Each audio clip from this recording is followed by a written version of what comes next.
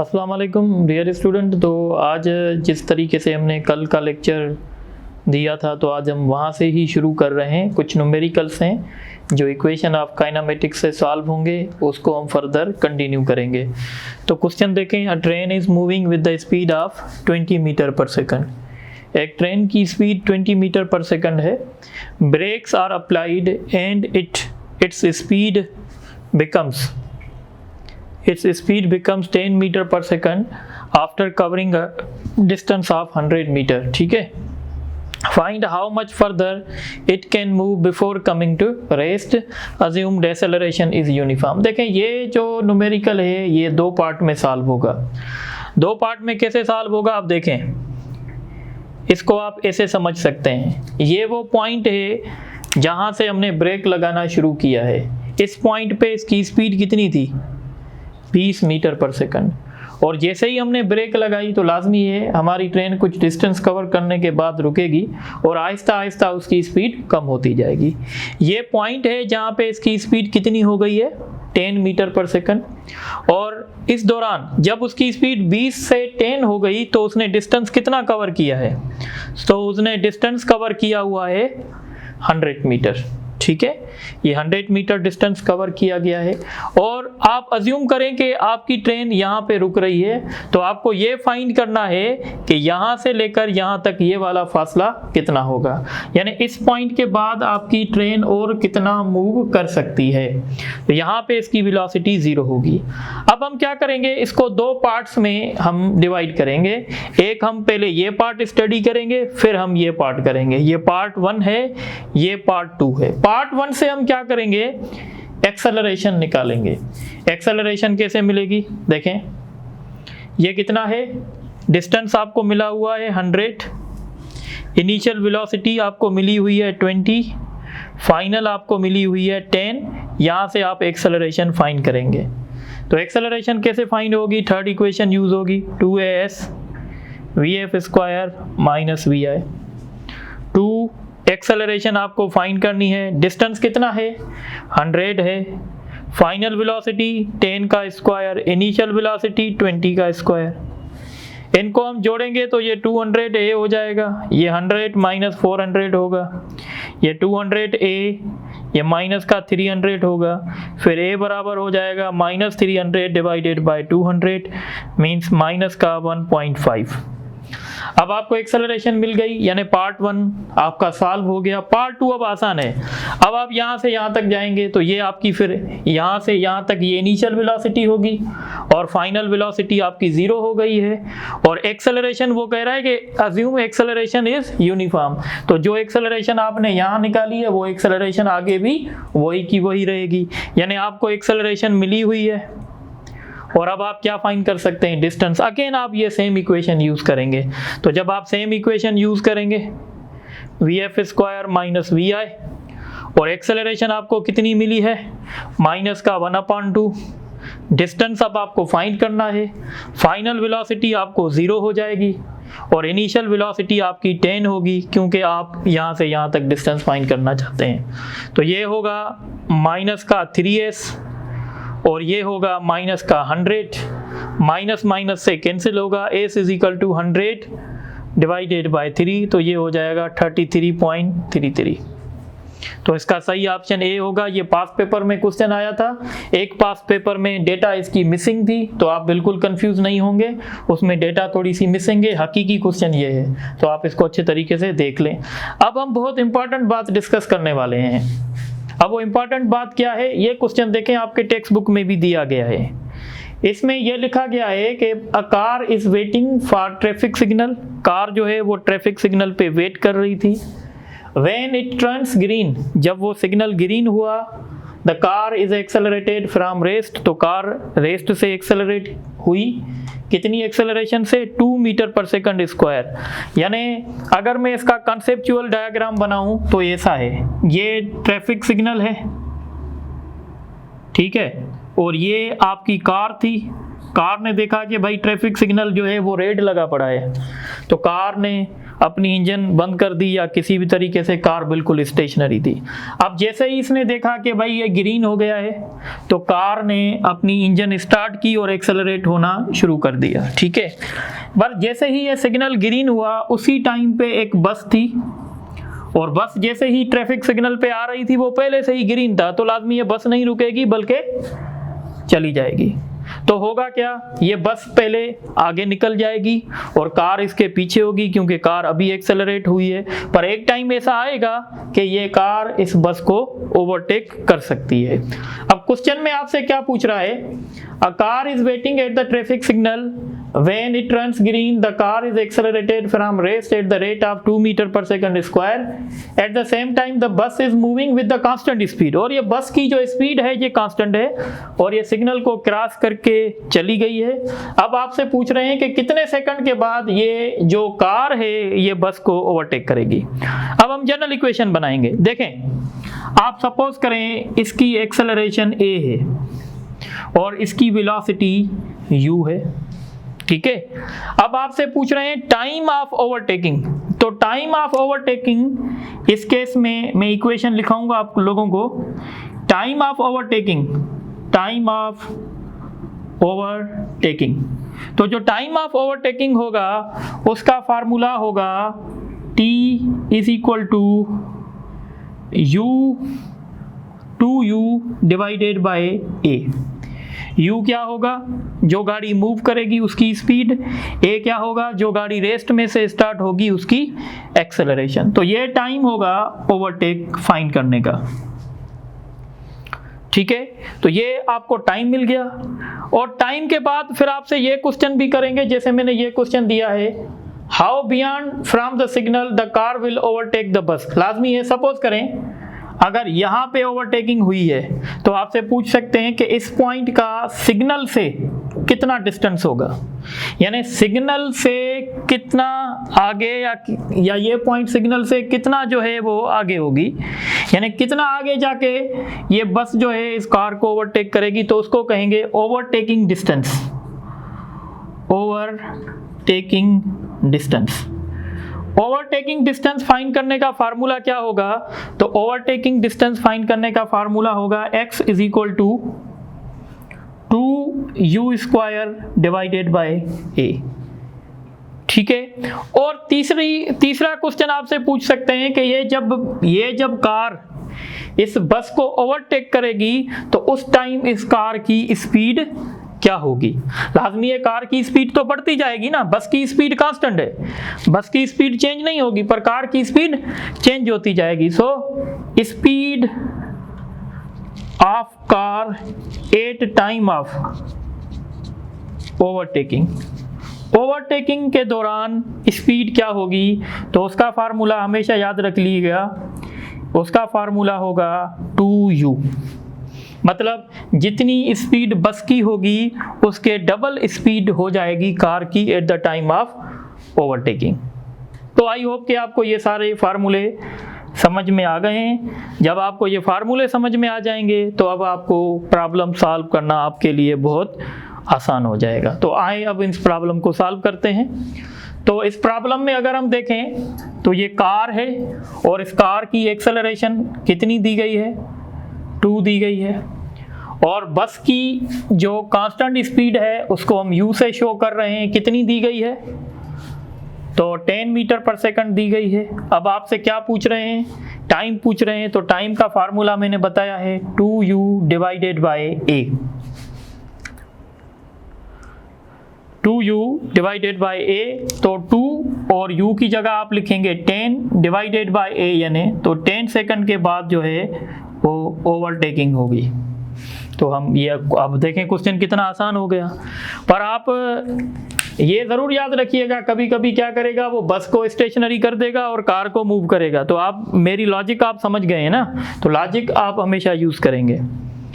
How beyond from the signal the car will overtake the bus, यानी distance पूछ रहा है। तो डिस्टेंस का ये इसी का ही पार्ट है ना। तो डिस्टेंस का फार्मूला मैंने बताया था, यहाँ लिखा हुआ है 2u स्क्वायर अपॉन a, ठीक है। तो पहले यानी जो पिछली जो एंट्री टेस्ट थी, जो स्टूडेंट मेरे पास पिछली एंट्री टेस्ट पढ़ के गए हैं, उनको मैं ऐसे इक्वेशन की मदद से समझाता था तो उनको थोड़ा इशू होता था। तो आज मैंने क्या किया है, बैठ के कुछ फार्मूलेस बना लिए हैं ताकि आपको आसानी से समझ में आ जाएं। 2u², तो u की जगह हम क्या लिखेंगे भाई, u कितना था 10, तो 10 का करेंगे स्क्वायर और डिवाइडेड बाय 2, 2 से कैंसिल, 10 का स्क्वायर कितना होगा 100, तो 100 मीटर, इस सिग्नल से 100 मीटर की दूरी पे ये कार जो है इस बस को ओवरटेक करेगी। अब तीसरा पार्ट क्या है, when car overtake the bus its speed is, यानी जब कार बस को ओवरटेक करेगी तो उसकी स्पीड क्या होगी, तो मैंने बताया है 2u, u कितना है भाई, u 10 है, तो इसकी स्पीड हो जाएगी 20। तो इस तरीके से ये 3 पार्ट हमने सॉल्व कर दिए। तो इक्वेशन ऑफ काइनेमेटिक्स पे जितने भी पॉसिबल क्वेश्चन थे जो पिछले पेपर्स में आए थे या जो आने वाले हैं, वो तकरीबन मैंने आपसे डिस्कस कर लिए हैं। अब हम नेक्स्ट टॉपिक डिस्कस करेंगे जिसको कहते हैं मोशन अंडर ग्रेविटी। तो आप पहले इनको नोट करें तो फिर वो डिस्कस करते हैं।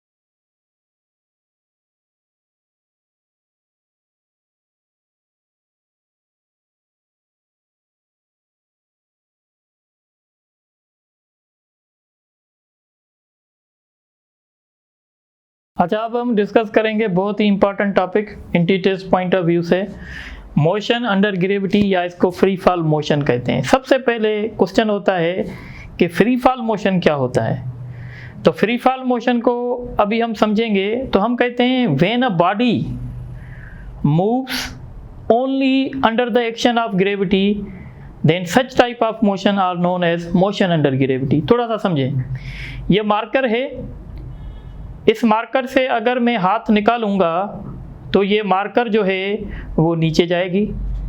अगर इस मार्कर पे सिर्फ एक ही फोर्स एक्ट करेगा जिस फोर्स का नाम होगा ग्रेविटी, तो मैं इस मार्कर के मोशन को कहूँगा मोशन अंडर ग्रेविटी।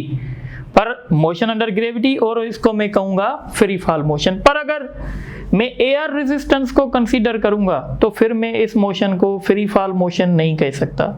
याद रखिएगा, फ्री फॉल मोशन में सिर्फ बॉडी पे एक ही फोर्स एक्ट करता है और उस फोर्स का नाम होता है ग्रेविटी।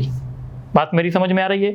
दूसरी बात ये आपको याद रखनी है कि जब फ्री फॉल मोशन होता है तो बॉडी जो है वो वेटलेस हो जाती है। अब वेटलेस का मतलब समझते हो, मतलब बॉडी का जो अपीयरेंट वेट होता है वो 0 हो जाता है। तो जब भी बॉडी फ्री फॉल होती है तो बॉडी का अपीयरेंट वेट जो होता है वो 0 होता है। नो डाउट इस पे अर्थ का फोर्स लग रहा है, यानी अर्थ इस पे फोर्स लगा रही है जिसको हम ग्रेविटी कह रहे हैं। इसको आप ऐसे समझ सकते हैं, देखें ये स्प्रिंग है और ये बॉडी इसके साथ अटैच है। जैसे स्प्रिंग बैलेंस होता है तो इस स्प्रिंग बैलेंस से हमें पता चलेगा कि इस बॉडी का वेट कितना है। अगर इस बॉडी का वेट ज़्यादा होगा तो स्प्रिंग में एक्सटेंशन ज़्यादा आएगा, अगर एक्सटेंशन ज़्यादा आएगा तो वो स्केल पे मूवमेंट भी ज़्यादा देगा। यानी इस केस को हम फ्री फॉल नहीं कहेंगे। अब इस केस में क्या है कि हम इस बॉडी का वेट भी मेजर कर सकते हैं, ऊपर हमें स्केल में डिफ्लेक्शन देगा, ठीक है। पर अगर अचानक से ये स्प्रिंग टूट जाए तो आपका ये जो पॉइंटर होगा ये कहाँ पे आ जाएगा, 0 पे आ जाएगा, क्योंकि स्प्रिंग में एक्सटेंशन 0 आएगा। स्प्रिंग में एक्सटेंशन 0 आएगा, हम क्या कहेंगे, हम कहेंगे इस बॉडी का वेट क्या हो गया है, इस बॉडी का वेट 0 हो गया है। मतलब हम कहेंगे कि इस बॉडी का वेट 0 हो गया है क्योंकि हमें इस बॉडी का वेट फील नहीं हो रहा, और जो वेट फील होता है उसको अपीरेंट वेट कहते हैं। अब ये बॉडी कहाँ जाएगी, बॉडी नीचे जाएगी, और ये बॉडी नीचे जाएगी और इस बॉडी पे सिर्फ और सिर्फ कौन सा फोर्स होगा, ग्रेविटी का होगा। तो जब ये स्प्रिंग टूट जाएगा तो ये जो बॉडी का मोशन होगा इस मोशन को कहेंगे फ्री फॉल मोशन या मोशन अंडर ग्रेविटी। तो मैं इसकी डेफिनेशन लिख लेता हूं। When a body moves only under the action of gravity, then this type of motion is known as free fall motion या मोशन अंडर ग्रेविटी। इस motion, ये जो मोशन होता है, इस मोशन में एक चीज कांस्टेंट होती है जिसको कहते हैं acceleration. It is the example of uniform accelerated motion. Motion under gravity is the best example of uniform acceleration motion.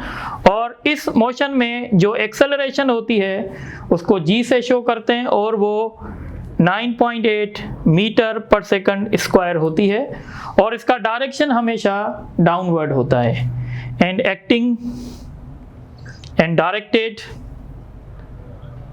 Vertically downward. याद रखिएगा, फ्री फॉल मोशन में बॉडी कितनी एक्सेलरेशन के साथ नीचे आती है तो 9.8 मीटर पर सेकंड स्क्वायर के साथ आती है और इसका डायरेक्शन हमेशा डाउनवर्ड होता है। डाउनवर्ड मतलब, अब देखें, थोड़ी सी बात समझें। अब मेरे पास एक बॉडी है, मैं इस बॉडी को थ्रो कर रहा हूं वर्टिकली अपवर्ड। अगर मैं इस बॉडी को वर्टिकली अपवर्ड थ्रो करूं तो ये कहलाएगा अपवर्ड मोशन। और ये जो अपवर्ड मोशन होगा, इस मोशन के दौरान एक्सेलरेशन का डायरेक्शन तो डाउनवर्ड ही होगा, ये तो तय हो चुका है, और वेलोसिटी का डायरेक्शन अब ऊपर होगा। तो इसका मतलब है एक्सेलरेशन और वेलोसिटी का डायरेक्शन एक दूसरे के अपोजिट है। और मैंने आपको कंडीशन बताई थी, जब एक्सेलरेशन और वेलोसिटी का डायरेक्शन अपोजिट होता है तो वेलोसिटी आहिस्ता आहिस्ता कम होने लगती है। तो जैसे ही ये बॉडी ऊपर जाएगी इसकी वेलोसिटी कम होती जाएगी और हाईएस्ट पॉइंट पे इसकी वेलोसिटी जो है वो 0 हो जाएगी। पर एक बात याद रखिएगा, जैसे ये बॉडी ऊपर जाएगी इसकी वेलोसिटी कम होती जाएगी। What about acceleration? Acceleration remains same. Acceleration is always 9.8 and always acting vertically downward. तो ये बात थी अपवर्ड के लिए। यानी अपवर्ड मोशन में क्या होगा? Velocity is decreasing, velocity decrease होती जाएगी and becomes zero। कहाँ पे?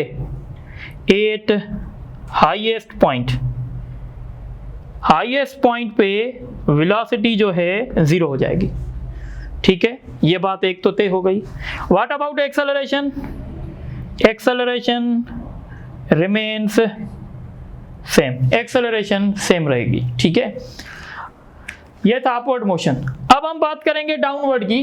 तो जब ये बॉडी यहाँ पे होगी तो यहाँ से फिर जब ये बॉडी नीचे आएगी, अब इस मोशन को कहेंगे डाउनवर्ड मोशन। अब वेलोसिटी का डायरेक्शन भी डाउनवर्ड होगा, एक्सेलरेशन ड्यू टू ग्रेविटी का डायरेक्शन भी डाउनवर्ड होगा। अब दोनों का डायरेक्शन सेम है तो अब वेलोसिटी का मैग्नीट्यूड इंक्रीज होने लगेगा। जब वेलोसिटी का मैग्नीट्यूड इंक्रीज होने लगेगा, यानी अब हम कहेंगे कि भाई जब डाउनवर्ड मोशन होगा,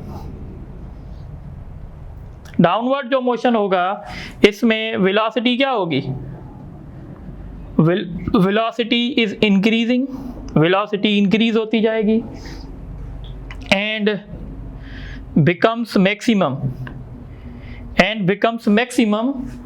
when becomes maximum just before striking the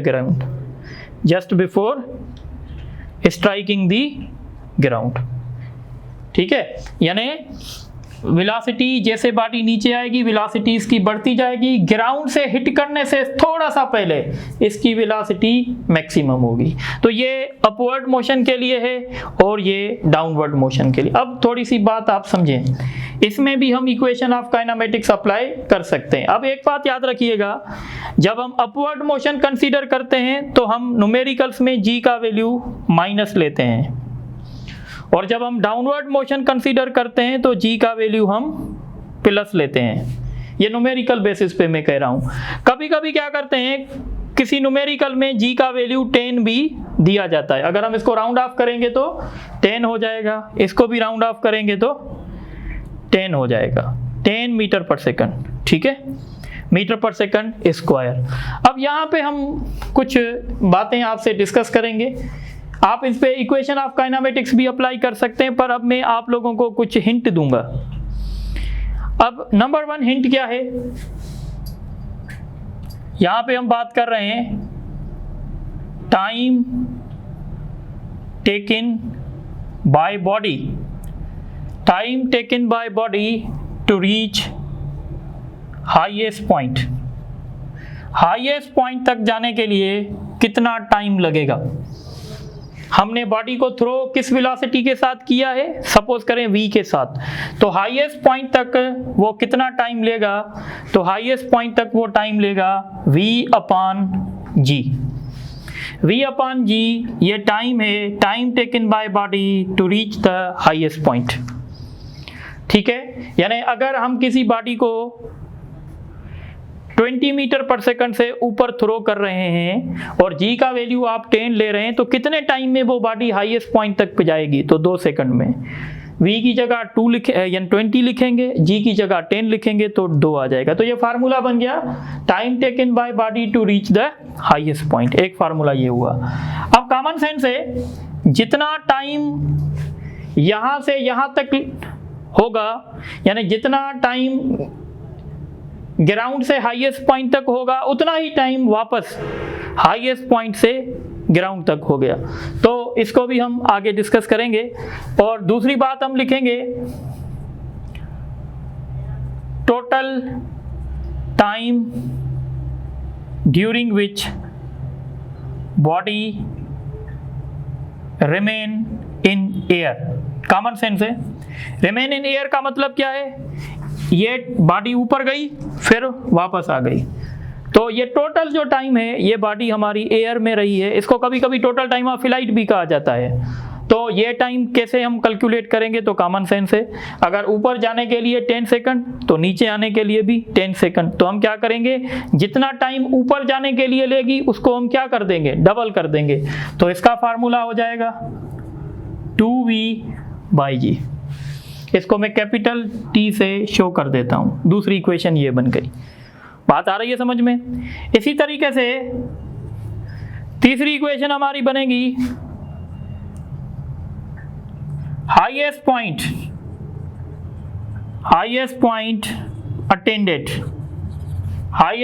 attended by body, यानी बॉडी ऊपर कितना जाएगी, मैक्सिमम हाइट उसकी क्या होगी। तो वो कैलकुलेट करने का फार्मूला होगा। वो कैलकुलेट हम कैसे करेंगे, तो उस कैलकुलेट करने का फार्मूला होगा v²/2g। यहाँ से हम कैलकुलेट कर सकते हैं।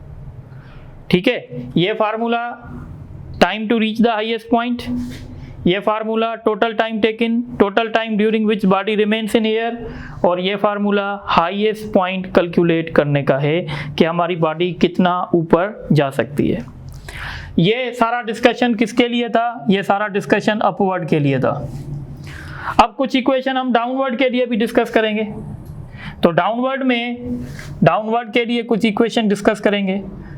तो डाउनवर्ड के लिए हम एक इक्वेशन डिस्कस कर रहे हैं कि अब डाउनवर्ड में क्या होगा। सपोज करें आपको हाइट दी जा रही है, आपको बोला जा रहा है कि भाई एक टावर है, इस टावर की हाइट जो है वो h है, और यहां से हम बॉडी को छोड़ रहे हैं। बताओ कितने सेकंड के बाद वो बॉडी ग्राउंड पे जाके हिट करेगी। तो इसको कहते हैं time taken to reach the ground. Ground पे आने के लिए कितना टाइम लगेगा। अब दिया क्या जाएगा, हमें इसकी हाइट दी जाएगी। इसकी हाइट कितनी दी जाएगी, सपोज h। तो अब हम कैसे कैलकुलेट करेंगे, तो अब हम कैलकुलेट करेंगे, ये टाइम फाइंड करने का फार्मूला होगा 2h/g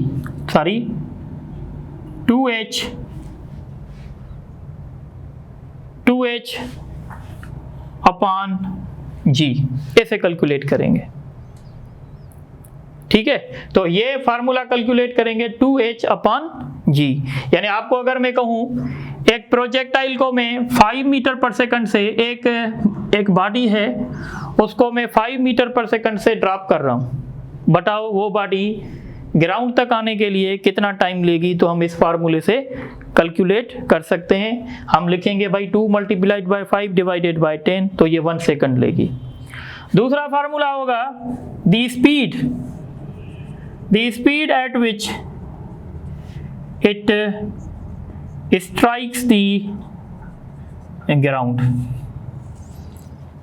the speed at which it strike the ground. लाजमी है जब हम यहाँ से छोड़ेंगे तो किसी ना किसी वेलोसिटी के साथ आके ये स्ट्राइक करेगी, वो वेलोसिटी कितनी होगी, उसका फार्मूला होगा v is equal to √2gh। हम यहाँ से कैलकुलेट कर सकते हैं कि वो कितनी वेलोसिटी के साथ ग्राउंड पे स्ट्राइक करेगी। सपोज करें अगर मैं कह रहा हूँ 5 मीटर पर सेकंड से एक बॉडी है जिसको मैं 5 मीटर हाइट से रिलीज कर रहा हूँ, बताओ ग्राउंड पे वो कितनी स्पीड के साथ जाके स्ट्राइक करेगी। बहुत आसान है, आप क्या करेंगे 2 मल्टीप्लाइड बाय 10 मल्टीप्लाइड बाय 5, ये कितना हो जाएगा 100 होगा, और 100 का रूट 10, आप कहेंगे 10 मीटर पर सेकंड के साथ वो जाके ग्राउंड को हिट करेगी।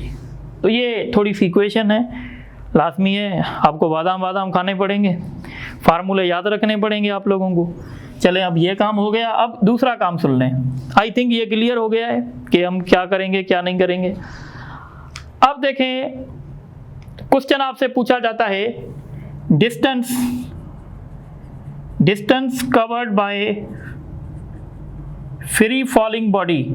डिस्टेंस, ये फ्री फॉलिंग बॉडी है ना जो भी मैंने बताया, distance covered by free falling body in nth second, जैसे हमने बात की थी पहले, तो वही बात होगी। Free falling body nth second में कितना डिस्टेंस कवर करेगी, तो उसका फार्मूला होगा सेम 1/2g 2n-1। तो यहाँ से आप कैलकुलेट कर सकते हैं कि भाई free falling body nth second में कितना डिस्टेंस कवर। दो बातें हैं, एक बात होती है distance covered by free falling body in nth second, nth मतलब थर्ड, फोर्थ, फिफ्थ, और दूसरी बात होती है distance covered by free falling body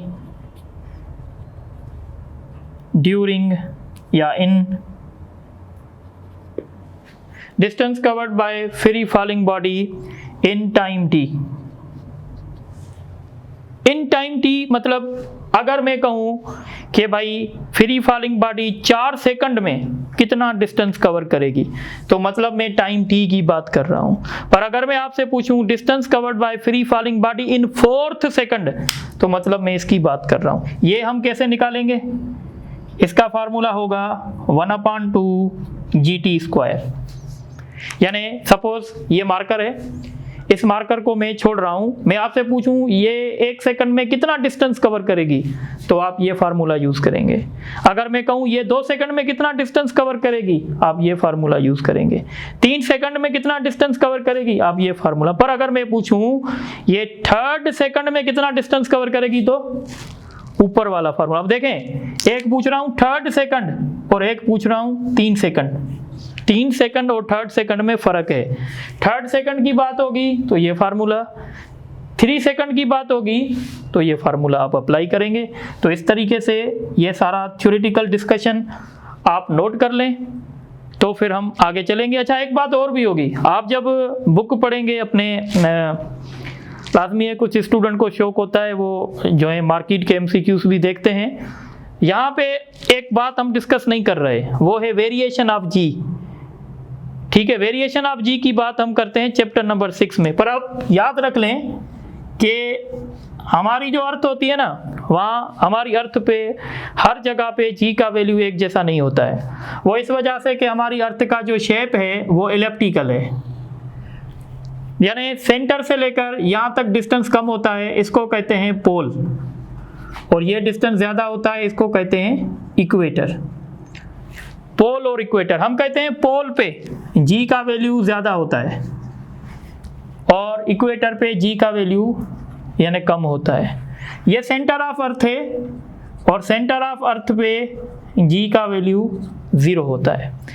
क्यों होता है ये चैप्टर नंबर 6 में पढ़ेंगे। दूसरी बात, पॉइंट लिखवा रहा हूँ, एक्सप्लेन चैप्टर 6 में करूँगा इंशाल्लाह। If earth increases its rate of rotation, अगर अर्थ अपना रेट ऑफ रोटेशन इंक्रीज करेगी, इंक्रीज मतलब अभी जैसे आप देख रहे हैं कि 24 आवर्स में साइकिल कंप्लीट हो रही है, पर अगर 24 आवर्स में कंप्लीट ना हो, सपोज 12 आवर्स में कंप्लीट हो, तो इसका मतलब होगा अर्थ ने अपनी रेट ऑफ रोटेशन बढ़ा दिया।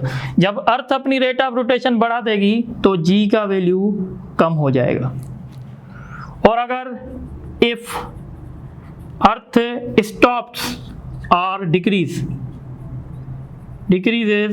इट्स रेट ऑफ रोटेशन, अगर अर्थ अपना रेट ऑफ रोटेशन, अगर अर्थ अपना रोटेशन स्टॉप कर दे या रेट ऑफ रोटेशन डिक्रीज कर दे तो फिर जी का वैल्यू बढ़ जाएगा, ठीक है। पर ये वेरिएशन कहाँ पे आएंगी? ये वेरिएशन सिर्फ और सिर्फ इक्वेटर पे आएंगी, पोल पे कोई भी वेरिएशन नहीं आएंगी। तो मैं लिख लेता हूँ only observed at equator, no effect on pole, no effect on pole. क्यों?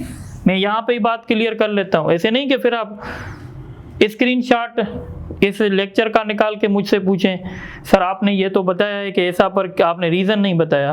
तो रीज़न मैं आपको चैप्टर नंबर 6 में बताऊंगा, जो ग्रेविटेशन हमारा चैप्टर है उसमें मैं इसके रीज़न आपको बताऊंगा। पर मैं यहाँ पे क्यों बता रहा हूँ, क्योंकि हमारी बैचेस में कुछ स्टूडेंट हैं जो कहते हैं कि हमसे कोई भी क्वेश्चन मिस ना हो। तो हो सकता है आप कोई MCQ सॉल्व कर रहे हो, उसमें इस टाइप के क्वेश्चंस हो, तो फॉर योर नॉलेज, आपकी नॉलेज के लिए मैं ये सारी चीज़ें लिख रहा हूँ, तो आप इनको नोट कर दें। इनके रीज़न मैं चैप्टर नंबर 6 में बताऊँगा, तो ये आप पूरा नोट कर लें, तो फिर हम इन पे MCQs करते हैं।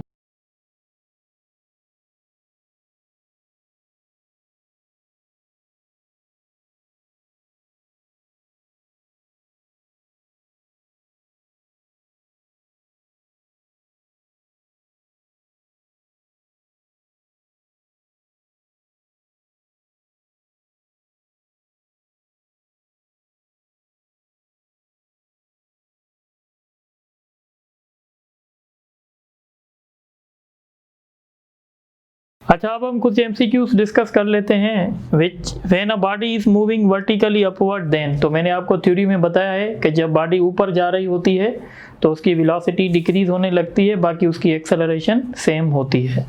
तो इसका ऑप्शन होगा इट्स वेलोसिटी डिक्रीजेस।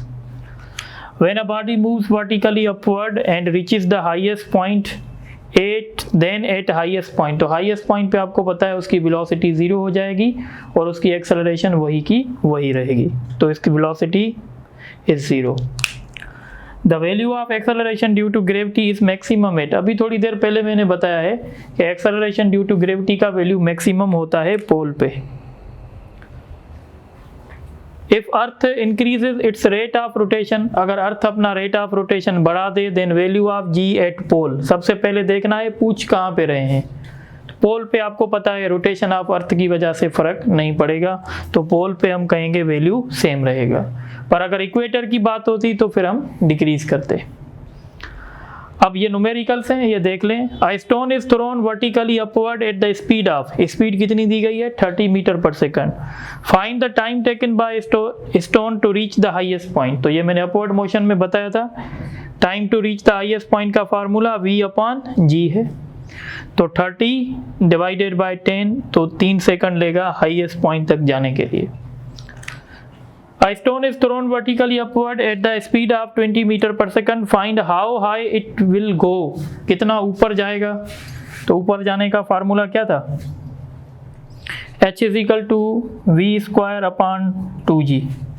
तो V स्क्वायर 20 का स्क्वायर करेंगे, 2 मल्टीप्लाइड बाई 10, तो 2 मल्टीप्लाइड बाई 10 क्या बनेगा 20।